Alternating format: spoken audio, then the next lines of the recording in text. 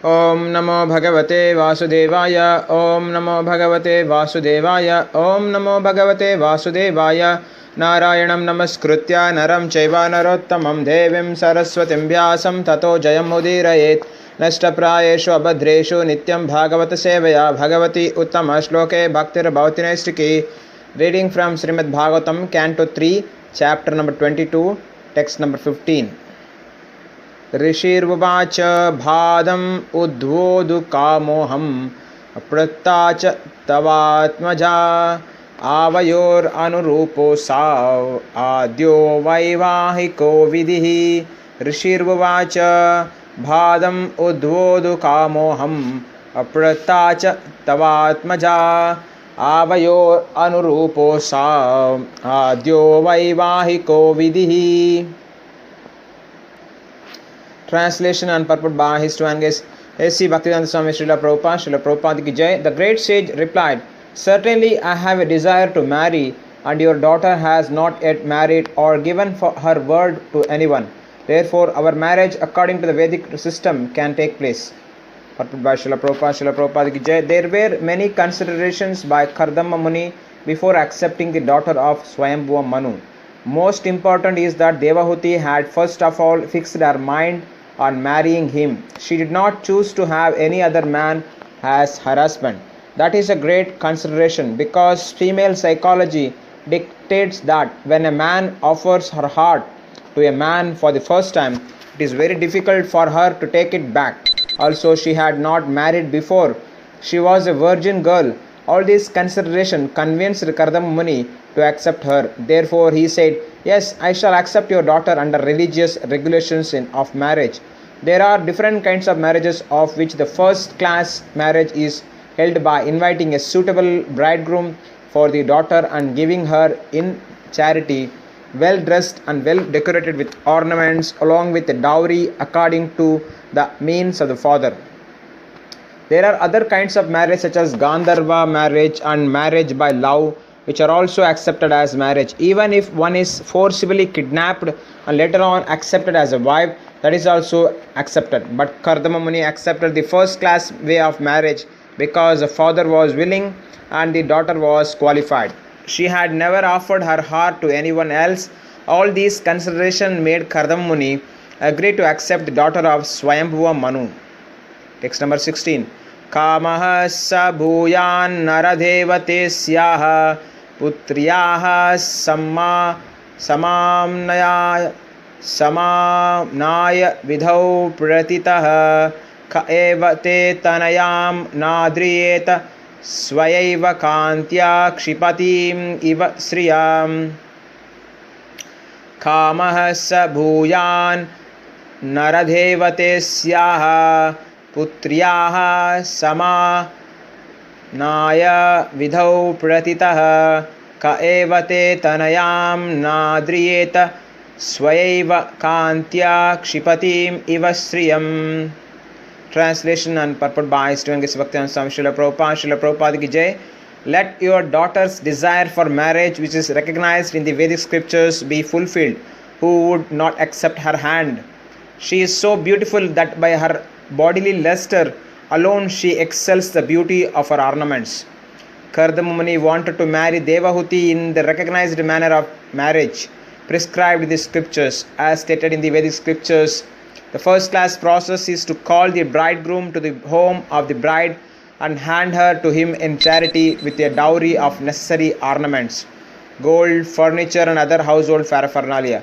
This form of marriage is prevalent among higher class Hindus even today and is declared in the Shastras to confer great religious merit on the bride's father. To give a daughter in charity to a suitable son-in-law is considered to be one of the pious activities of a householder. There are 8 forms of marriage mentioned in the scripture Manusmriti, but only one process of marriage, Brahma or Rajasika marriage, is now current. Other kinds of marriage by love, by exchange of garlands or by kidnapping the bride are now forbidden in this Kali age. Formerly, Kshatriyas would at their pleasure kidnap a princess for another royal house, and there would be a between the Kshatriya and the girl's family. Then if the kidnapper was a winner, the girl would be offered to him for marriage.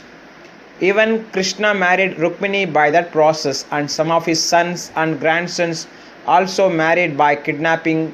Krishna's grandsons kidnapped Duryodhana's daughter, which caused a fight between the Kuru and Yadu families. Afterward, an adjustment was made by the elderly members of the Kuru family. Such marriages were current in bygone ages, but at the present moment they are impossible because the strict principles of Kshatriya life have practically been abolished. Since India has become dependent on foreign countries, the particular influences of our social orders have been lost. Now, according to the scriptures, everyone is a Shudra. So-called Brahmanas, Kshatriyas and Vaishyas have forgotten their traditional activities, and in the absence of these activities, they are called Shudras. It is said in the scriptures, Kalau Shudra Sambhavaha. In the age of Kali, everyone will be like Shudras. The traditional social customs are not followed in this age, although formerly they were followed strictly. Text 17. Yam Harmya Pruste Kvanad Angri Sobham Vikridatim Kanduka Vihvalakshim Vishwavasur Nepatat Swavimanad Vilokya Sammoha Vimuda Chetaha. Translation and purport by His Divine Bhaktivedanta Swami Srila Prabhupada ki Jai. I have heard that Vishwavasu, the great Gandharva, his mind stupefied with infatuation, fell from his airplane after seeing your daughter playing with a ball on the roof of the palace. For she was indeed beautiful, with her tinkling ankle bells and her eyes moving to and fro. Purport by Srila Prabhupada ki Jai. It is understood that not only at the present moment, but in those days also there were skyscrapers. Herein we find the word Harmya Priste. Harmya means a very big palatial building. Swadvimanat means from his own airplane. It is suggested that private airplanes or helicopters were also current in those days. The Gandharva Vishwavasu, while flying in the sky, could see Devahuti playing ball on the roof of the palace. Ball playing was also current, but aristocratic girls would not play in a public place. Ball playing and other such pleasures were not meant for ordinary women and girls. Only princes like Devahuti could indulge in such sports. It is described here that she was seen from the flying airplane. This indicates that the palace was very high, otherwise how could one see her from an airplane? The vision was so distinct that the Gandharva Vishwavasu was bewildered by her beauty, and by hearing the sound of her ankle bangles and being captivated by the sound and beauty, he fell down. Kardama Muni mentioned the incident as he had heard it. Text number 18. Tam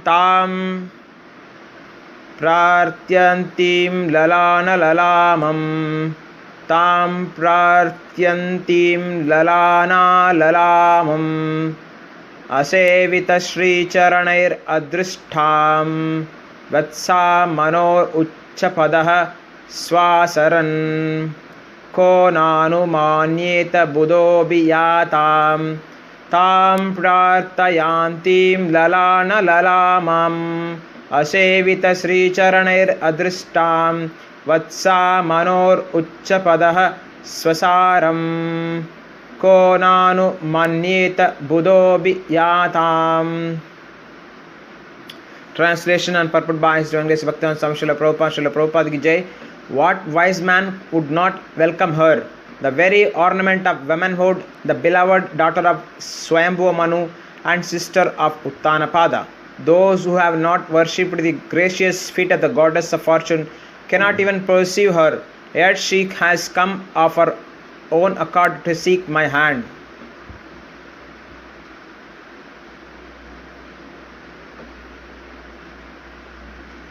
Purport by Srila Prabhupada ki Jai.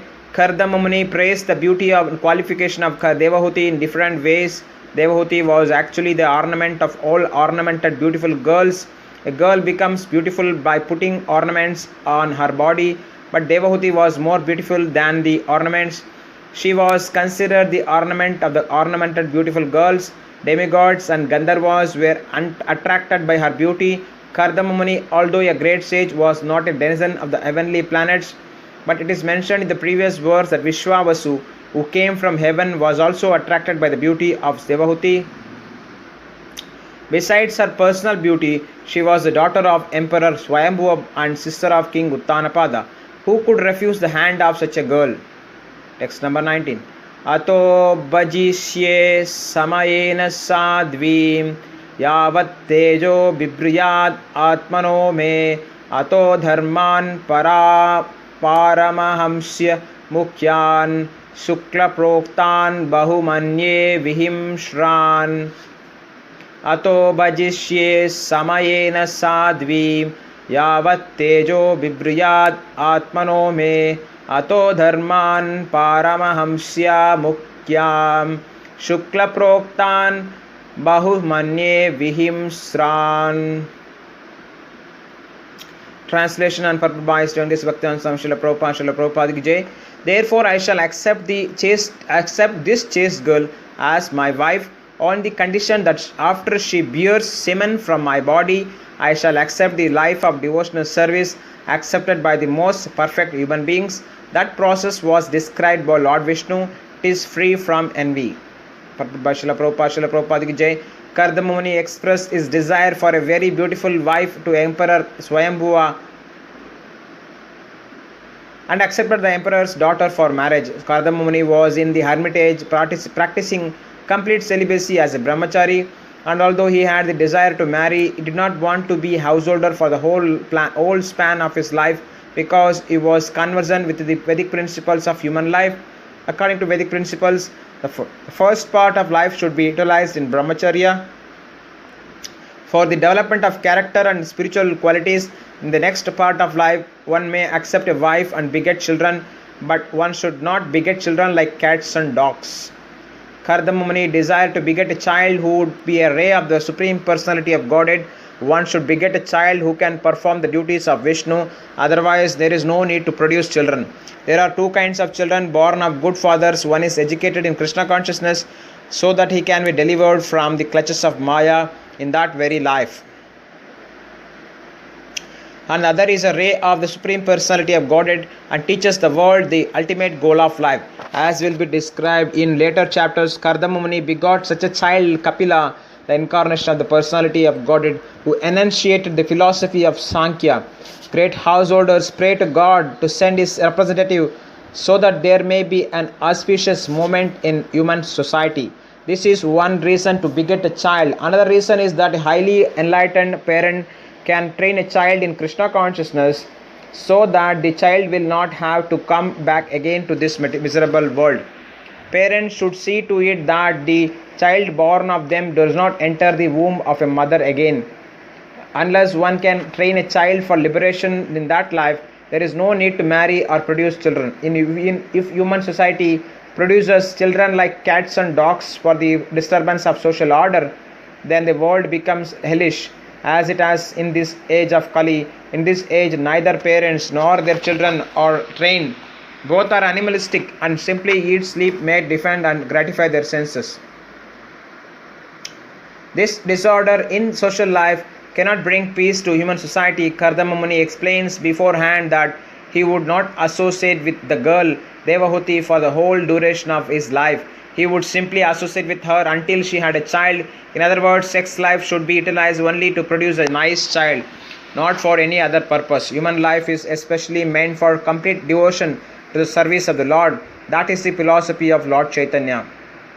After fulfilling his responsibility to produce a nice child, one should take sannyasa and engage in the perfectional Paramahamsa stage. Paramahamsa refers to the most highly elevated perfectional stage of life. There are 4 stages within sannyasa life, and Paramahamsa is the highest order. The Srimad Bhagavatam is called the Paramahamsa Samhita, the treatise for the highest class of human beings. The Paramahamsa is free from envy in other stages. Even in the householder stage of life, there is competition and envy, but since the activities of the human being in the Paramahamsa stage are completely engaged in Krishna consciousness or devotional service, there is no scope for envy. In the same order as Kardama Muni about 100 years ago, Thakura Bhaktivinoda also wanted to beget a child who would preach Thakur of Bhaktivinoda also wanted to beget a child who could preach the philosophy and teachings of Lord Chaitanya to the fullest extent. By his prayers to the Lord, he had as his child Bhaktisiddhanta Saraswati Goswami Maharaja, who at the present moment is preaching the philosophy of Lord Chaitanya throughout the entire world through his bona fide disciples. Text number 20. Yato bhavat vishwamidam vichitram samstashyate yatra cha vavatishtate prajapatinam patiresha mahyam param paramanam pramanam bhagavan anantah param pramanam bhagavan anantah yato bhavat vishwamidam vichitram samstashyate yatra cha vavatishtate prajapatinam patiresha mahyam param pramanam bhagavan anantah. Translation and purport by His Divine Bhaktivedanta Swami Srila Prabhupada. Srila Prabhupada ki jai. The highest authority for me is the unlimited Supreme Personality of Godhead, from whom this wonderful recreation emanates and in whom its substance and dissolution rest. He is the origin of all Prajapatis, the personalities meant to produce living entities in this world. Purport by Srila Prabhupada ki jai. Kardama Muni was ordered by his father Prajapati to produce children in the beginning of creation. The Prajapatis were meant to produce the large population which was to reside in the planets of the gigantic universe. But Kardama Muni said that although his father was Prajapati who desired him to produce children, actually his origin was the Supreme Personality Godhead Vishnu, because Vishnu is the origin of everything. He is the actual creator of this universe. He is the actual maintainer, and when everything is annihilated, it rests in him only. That is the conclusion of Srimad Bhagavatam. For creation, maintenance and annihilation, there are the three deities, Brahma, Vishnu and Maheshwara, Shiva. But Brahma and Maheshwara are the qualitative expansion of Vishnu. Vishnu is the central figure. Vishnu therefore takes charge of maintenance. No one can maintain the whole creation but he. There are innumerable entities and they have innumerable demands. No one but Vishnu can fulfill the innumerable demands of all the innumerable living entities. Brahma is ordered to create and Shiva is ordered to annihilate. The middle function, maintenance, is taken charge of by Vishnu. Kardama Muni knew very well by his power in progressive spiritual life that Vishnu, the personality Godhead, was his worshipable deity. Whatever Vishnu desired was his duty and nothing else. He was not prepared to beget a number of children. He would beget only one child who would help the mission of Vishnu. As stated in Bhagavad Gita, whenever there is a discrepancy in the discharge of religious principles, the Lord descends on the surface of the earth to protect religious principles and to annihilate the miscreants. Marrying and begetting a child is considered to liquidate one's debts to the family in which one is born. There are many debts which are imposed upon a child just before his birth. There are debts to the family in which one is born, debts to the demigods, debts to the pitas, debts to the rishis, etc. But if someone engages only in the service of the Supreme Lord, the personality of Godhead, who is actually worshipable, then even without trying to liquidate other debts, one becomes free from all obligations. Kardama Muni preferred to devote his life as a servant of the Lord in Paramahamsa knowledge and to beget a child only for that purpose, not to beget numberless children to fill up the vacancies in the universe. Text number 21. Maitreya Vacha Savugradanvan Diyat Eva Babashe Asiccha Utushnim Aravindanabham Diyopagrinnan Smitasobitena Mukhena Cheto Lulubhe Devahutyaha Sa Ugradanvan Iyat Eva Babashe Asiccha Tushnim Aravindanabham Diyopagrinnan Smitasobitena Mukhena Cheto Lulubhe Devahutyaha.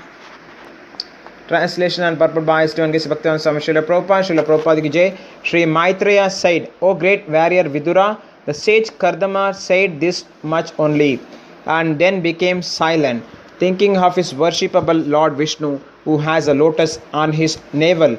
As he silently smiled, his face captured the mind of Devahuti, who began to meditate upon the great sage.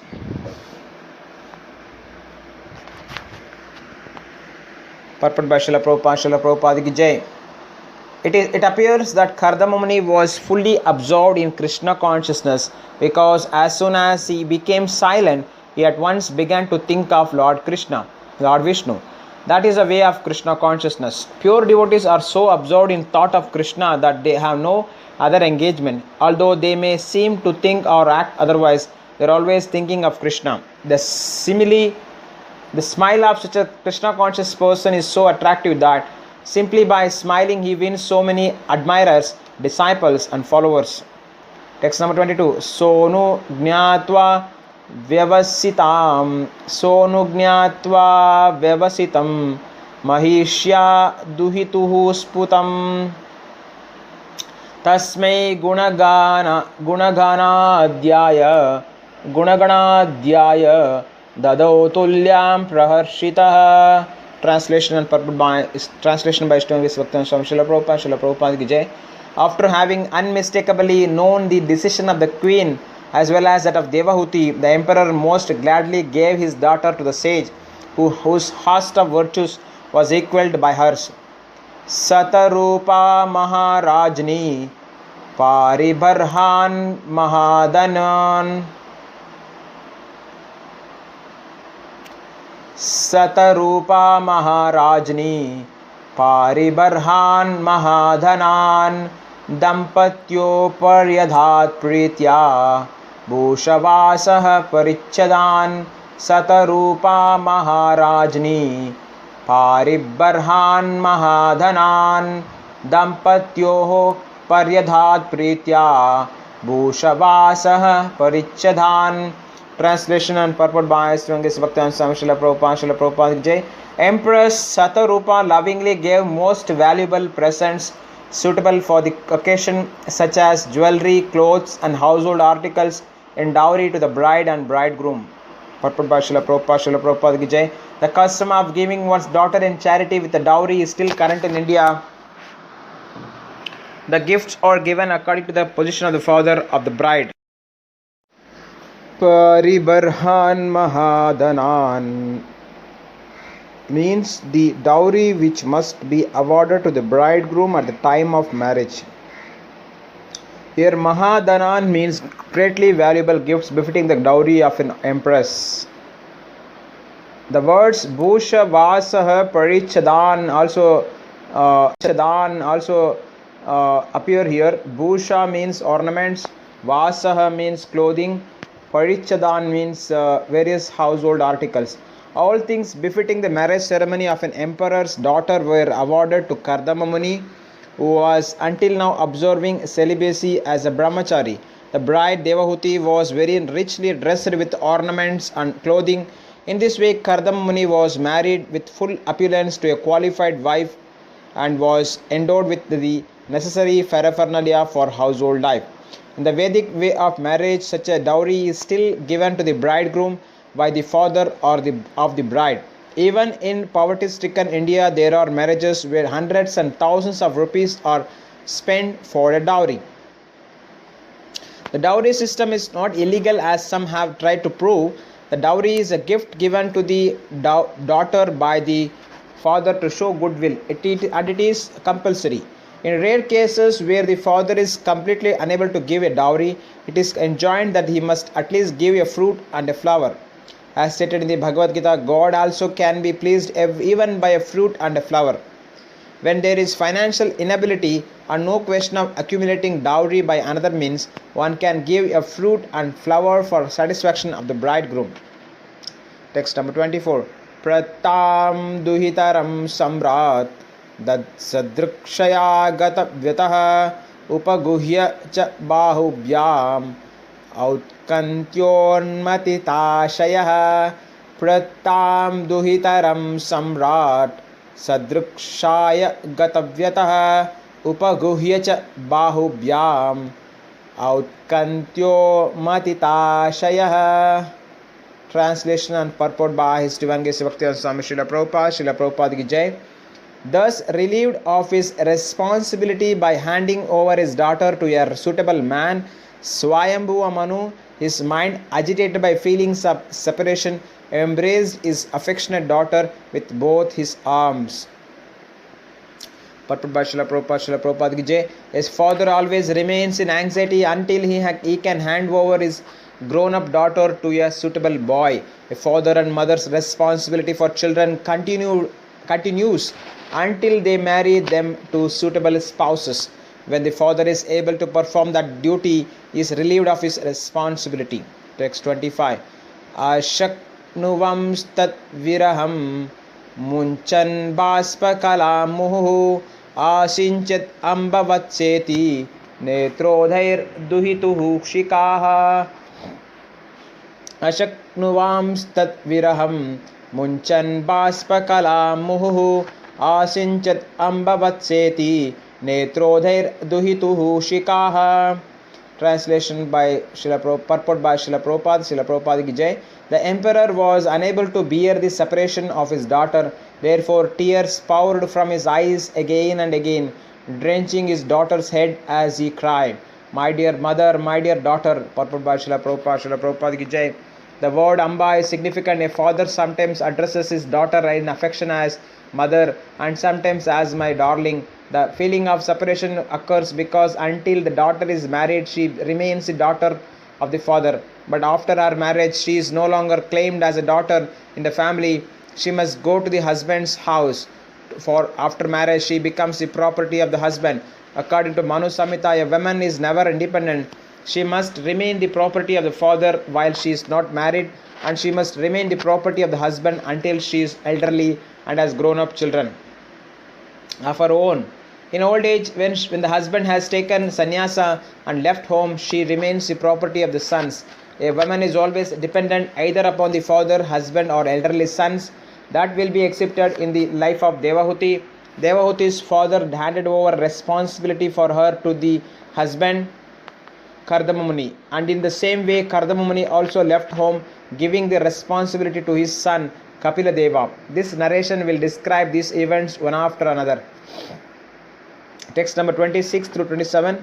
Amantriyatam munivaram anuja anugnatah sahanugah pratasteratam aruhya sabharyah swapuram drupah ubayo rishi kulyaya saraswatya surodasho rishinam upasantanam pashyan ashrama sampadah. Translation and purport by His Divine Bhaktivedanta Swami Srila Prabhupada, Srila Prabhupada ki Jai. After asking and obtaining the great sage's permission to leave, the monarch mounted his chariot with his wife and started for his capital, followed by his retinue. Along the way, he saw the prosperity of the tranquil seers, beautiful hermitages on both the charming banks of the Saraswati. The river was so agreeable to saintly persons. By Srila Prabhupada ki Jai. As cities are constructed in the modern age with great engineering and architectural craftsmanship, so in days gone by there were neighborhoods called Rishikulas where great saintly persons resided. In India there are still many magnificent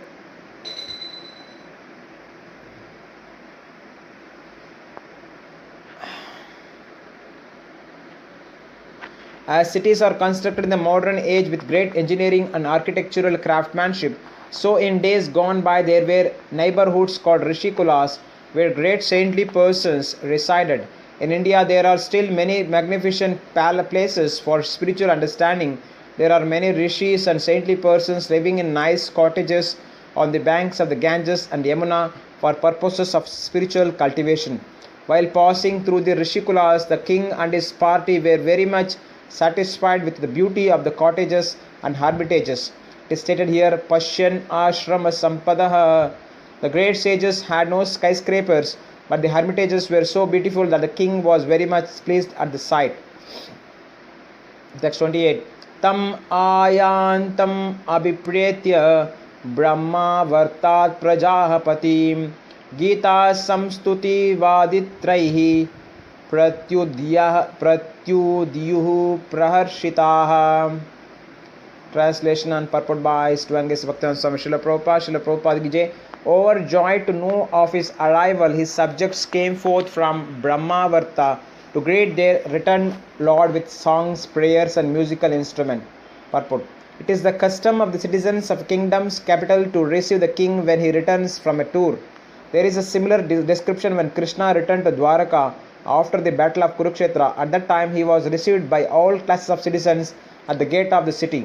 Formerly, capital cities were surrounded by walls and there were different gates for regular entrance. Even in Delhi today, there are old gates, and some other old cities have such gates where citizens would gather to receive the king.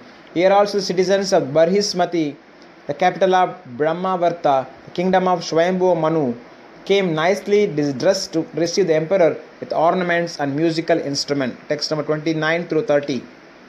Barhismati namapuri sarva sampat samanvita nepatan yatra romani yagnasyangam vidunvatah kushaha kashascha evasam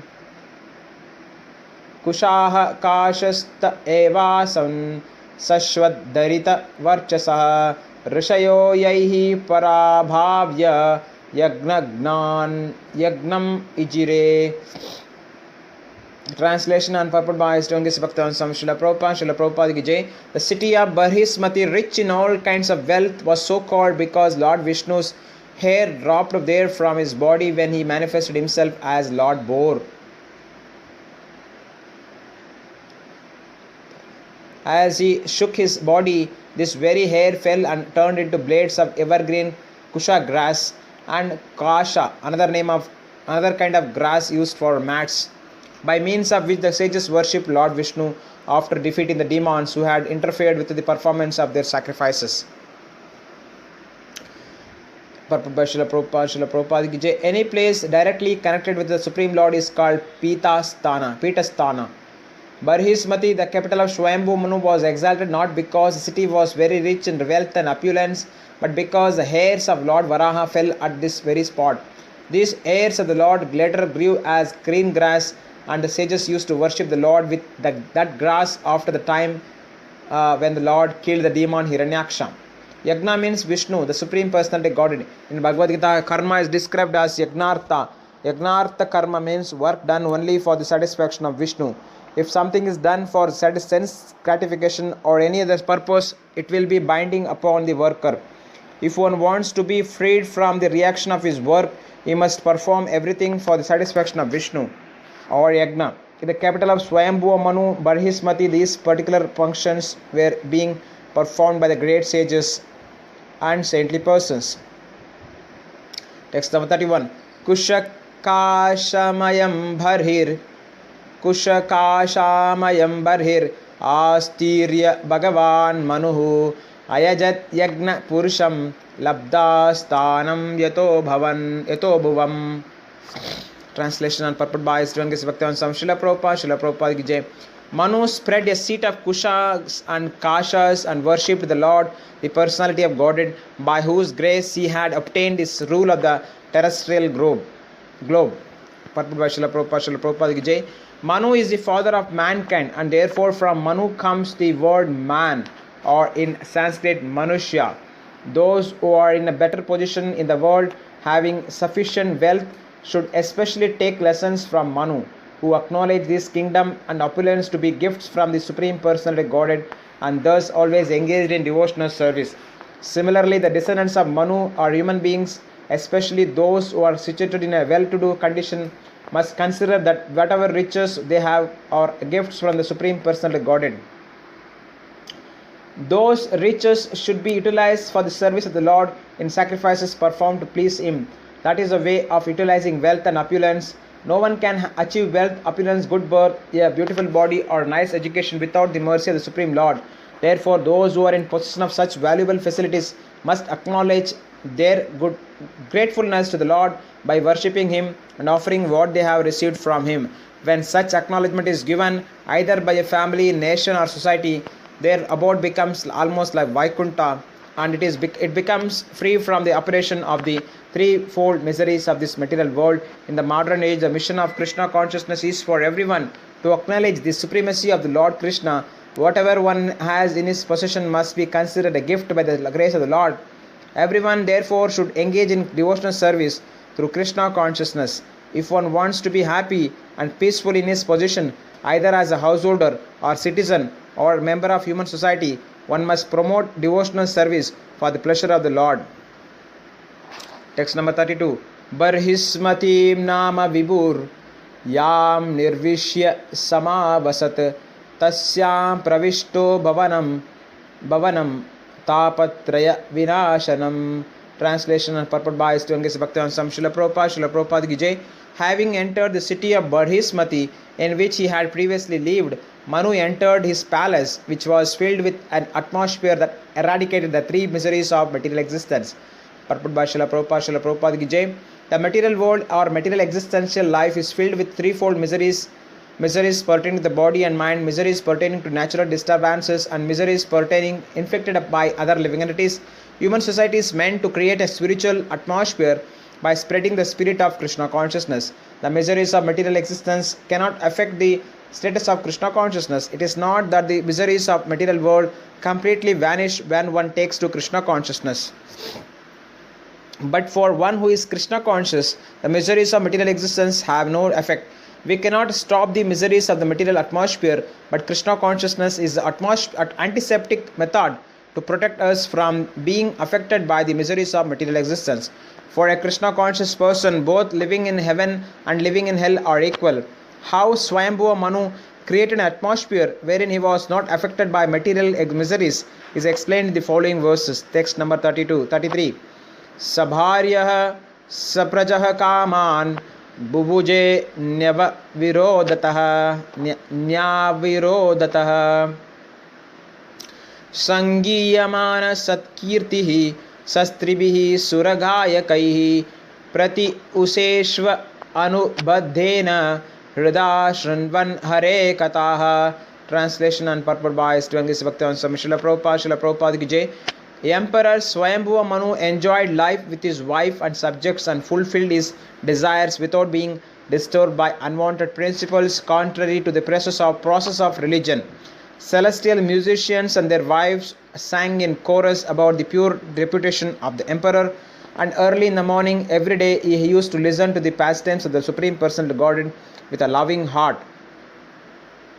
Prabhupada ki Jai. Human society is actually meant for realization of perfection in Krishna consciousness. There is no restriction against living with a wife and children, but life should be so conducted that one may not go against the principles of religion, economic development, regulated sense enjoyment, and ultimately liberation from material existence. The Vedic principles are designed in such a way that the conditioned souls who have come to this material existence may be guided in fulfilling their material desires and at the same time be liberated and go back to Godhead, back home. It is understood that Emperor Swayambhuva Manu enjoyed his household life by following these principles. It is stated here that early in the morning there were musicians who used to sing with musical instrument about the glories of the Lord, and the emperor with his family personally used to hear about the pastimes of the Supreme Person. This custom is still prevalent in India. In some of the royal families and temples, professional musicians sing with sahanais, shanais, and the sleeping members of the house gradually get up from their beds in a pleasing atmosphere.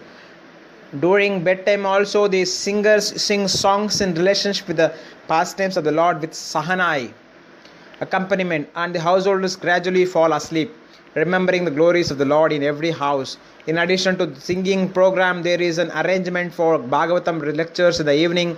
Family members sit down, hold Hare Krishna Kirtana, hear narrations from Srimad Bhagavatam and Bhagavad Gita, and enjoy music before going to bed. The atmosphere created by this Sankirtana movement lives in their hearts, and while sleeping they also dream of the singing and glorification of the Lord. In such a way, perfection of Krishna consciousness can be attained. This practice is very old, as learned from this verse of Srimad Bhagavatam. Millions of years ago, Swayambhuva Manu used to avail himself of this opportunity to live householder life in the peace and prosperity of a Krishna conscious atmosphere. As far as temples are concerned, in each and every royal palace or rich man's house, inevitably there is a nice temple, and the members of the household rise early in the morning and go to the temple to see the Mangalartrika ceremony. The Mangalartrika ceremony is the first worship of the morning. In the Aratrika ceremony, a light is offered in circles before the deities, as are a conch shell and flowers and a fan. The Lord is supposed to rise early in the morning and take some light refreshment and give audience to the devotees. The devotees then go back to the house or sing the glories of the Lord. In the temple, the early morning ceremony still takes place in Indian temples and palaces. Temples are meant for the assembly of the general public. Temples within palaces are especially for the royal families. But in many of these palace temples, the public is also allowed to visit. The temple of the king of Jaipur is situated within the palace, but the public is allowed to assemble. If one goes there, he will see that the temple is always crowded with at least 500 devotees. After the Mangalaratrika ceremony, they sit down together and sing the glories of the Lord with musical instrument and thus enjoy life. Temple worship by the royal family is also mentioned in Bhagavad Gita, where it is stated that those who fail to achieve success in the Bhakti Yoga principles within one life are given a chance to take birth in the next life in a family of rich men or in a royal family or family of learned brahmanas or devotees. If one gets the opportunity to take birth in these families, he can achieve the facilities of a Krishna conscious atmosphere without difficulty. A child born in that Krishna atmosphere is sure to develop Krishna consciousness. The perfection of which he failed to attain in his last life is again offered in this life, and he can make himself perfect without fail.